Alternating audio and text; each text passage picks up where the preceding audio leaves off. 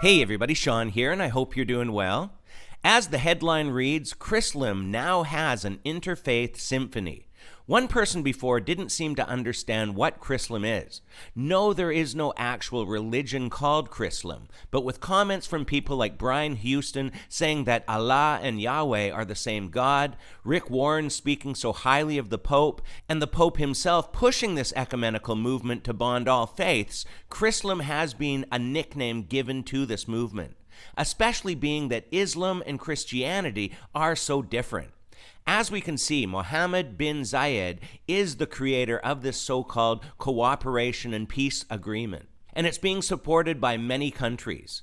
If we click on the Abrahamic Symphony, it takes us here, where we can read that it's about bringing together top international composers, musicians, and vocal ensembles from Christian, Jewish, and Muslim backgrounds, and that the symphony celebrates dialogue amongst different faiths. On the surface, that sounds like a great opportunity to share our faith with others, but that's not what the Abraham Accords is all about.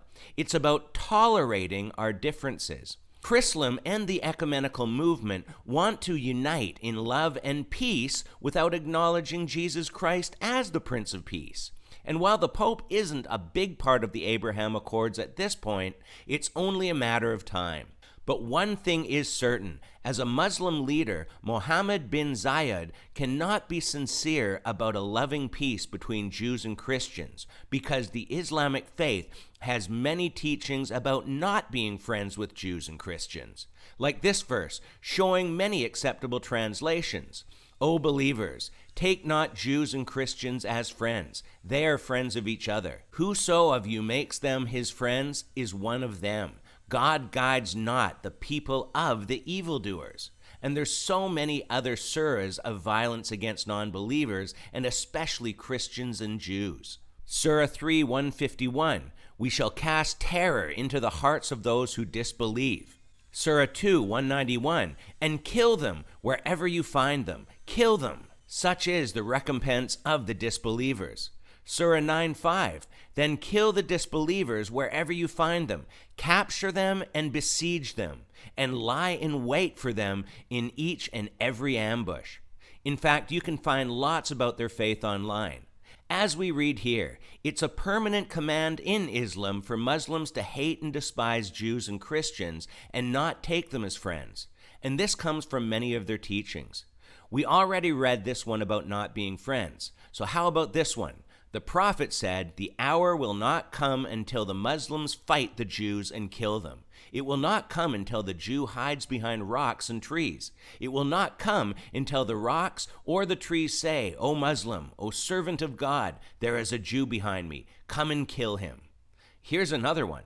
Allah's apostle said, by him in whose hands my soul is, surely the Son of Mary will soon descend amongst you and will judge mankind justly. He will break the cross and kill the pigs, that's Jews and Christians, and there will be no Jesus. This is stating that the Muslim prophet Jesus will return to earth with Muhammad and will cast all Christians to hell and kill all Jews in order that Muslims may go to paradise. My friends, this so-called religion of peace called Chrislam is opposite of what Islam actually preaches. And there are so many other verses you can read that show peace with our faiths is not the goal. This is far different than Christianity, where God says to bless them that curse you, and do good to them that hate you, and pray for them which despitefully use you and persecute you. We are told not to pay back wrong for wrong, and to always strive to do what is good for each other and everyone else. And there's many other verses. But our gods are definitely not on the same page. So why is Mohammed bin Zayed doing this?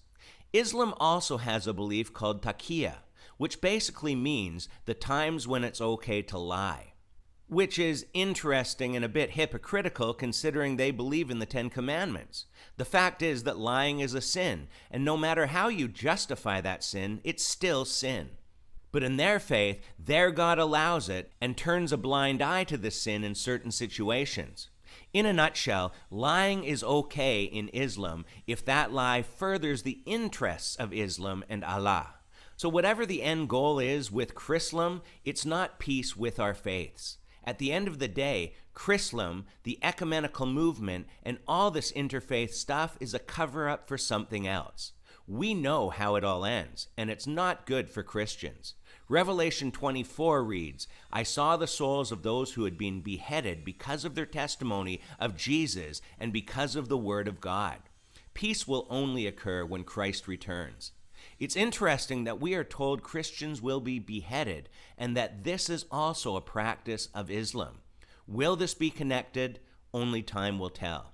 But don't be fooled. Chrislam and the ecumenical movement will not bring peace in Christendom. Preach the gospel of Christ to everybody in love while you can, because it won't be long until it's considered a crime everywhere. And if you want to find out more about how to share the gospel with a Muslim, click the link above. But until next time, take care and God bless.